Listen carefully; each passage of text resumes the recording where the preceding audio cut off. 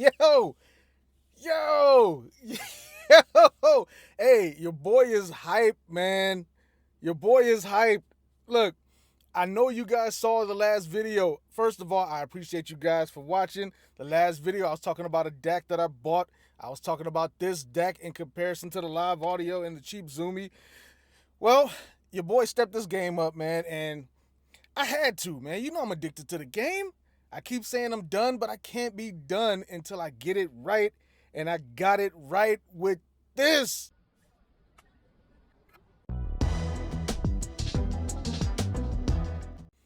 Yeah, this is it right here, man. I hope the lighting is good enough for you guys to see it.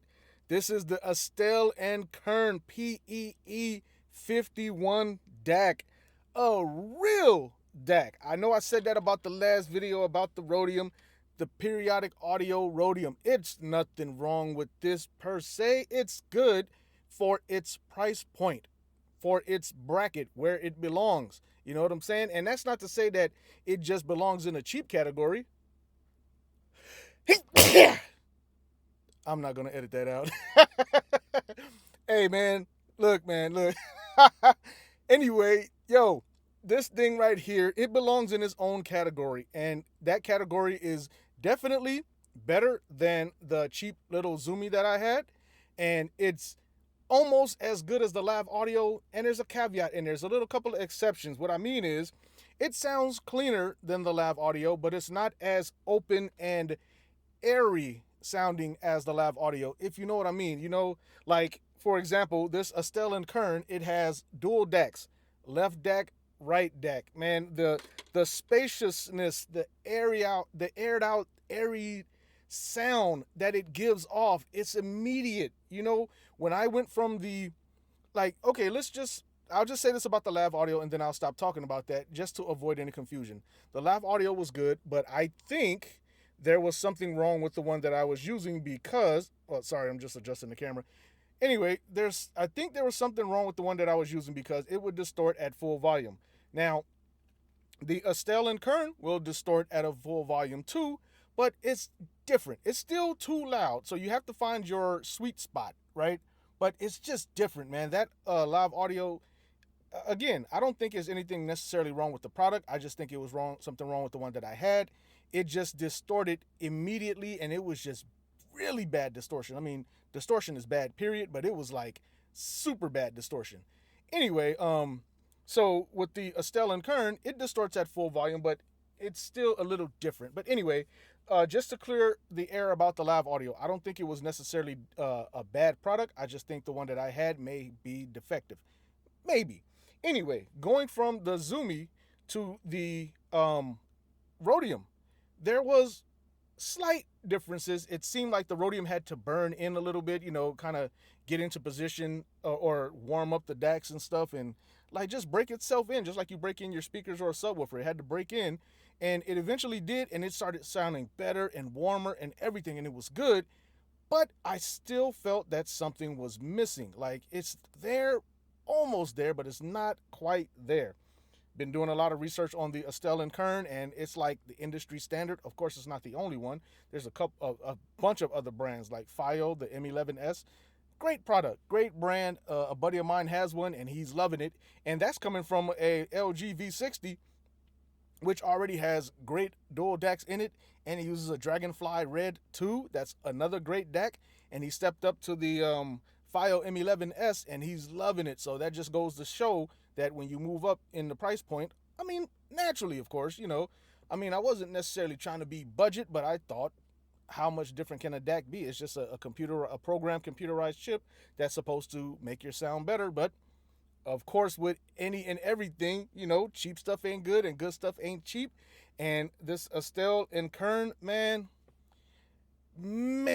I mean, immediate difference, you know.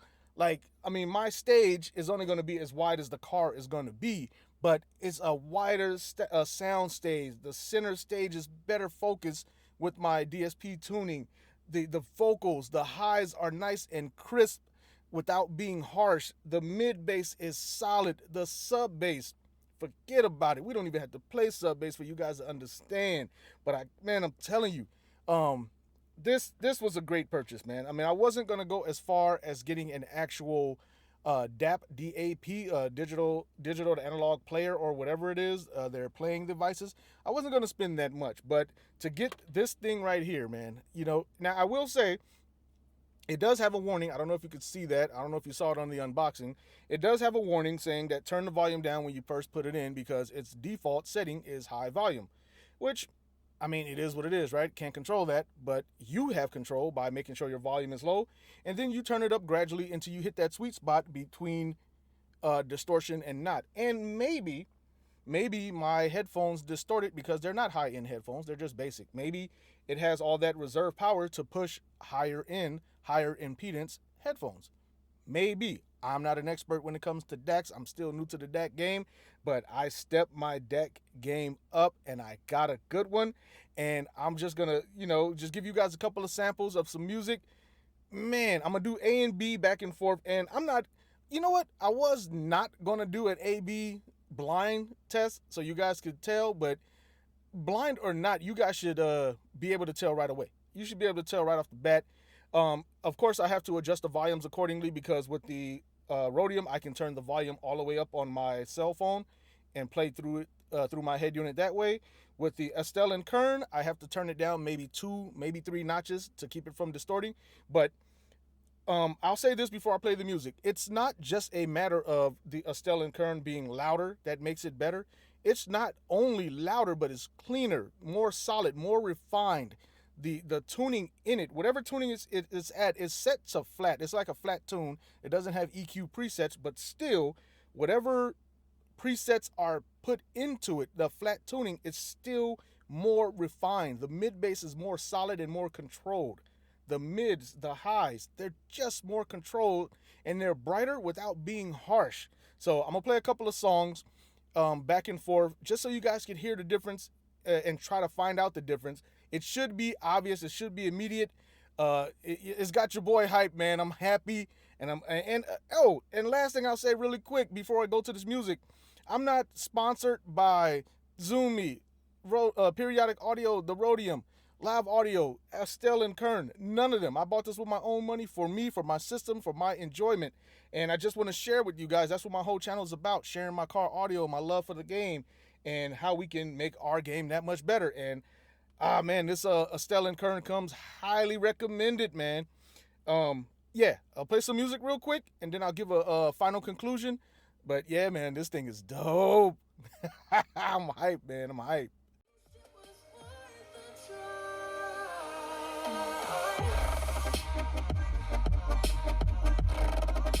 At least it was worth the try.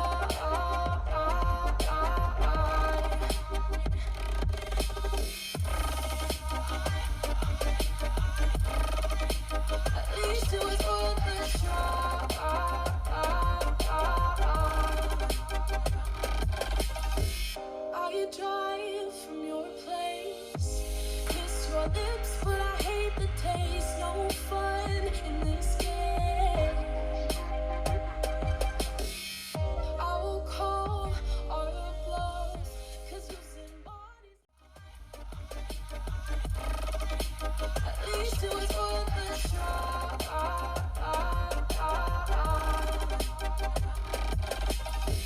Are you dry from your place? Kiss your lips, but I hate the taste. No fun in this game.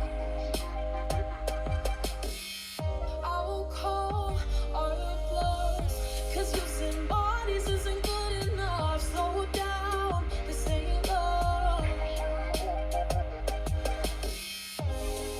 Well, we fell apart just in time. Ooh, you say at least it was worth a try.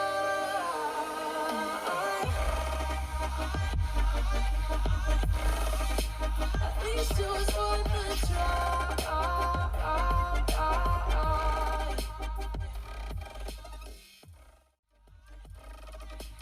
At least it was worth a try.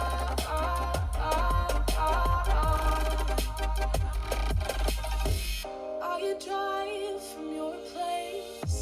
Kiss your lips, but I hate the taste. No fun in this game.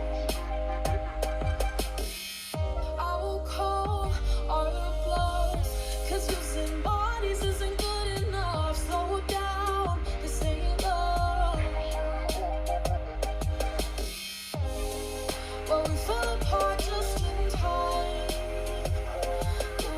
Ooh, you say at least it was worth the try.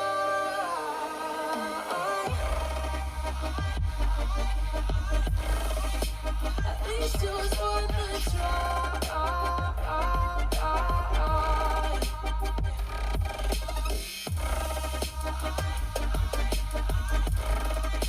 At least it was worth the try.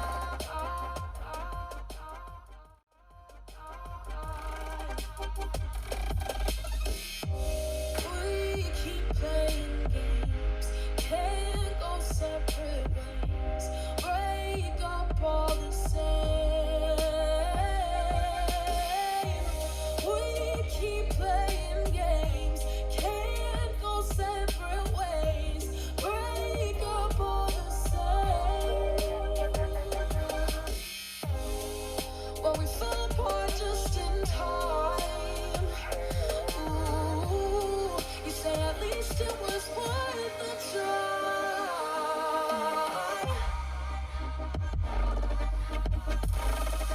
At least it was worth the try. So to wrap things up, man, I gotta say, I am hyped.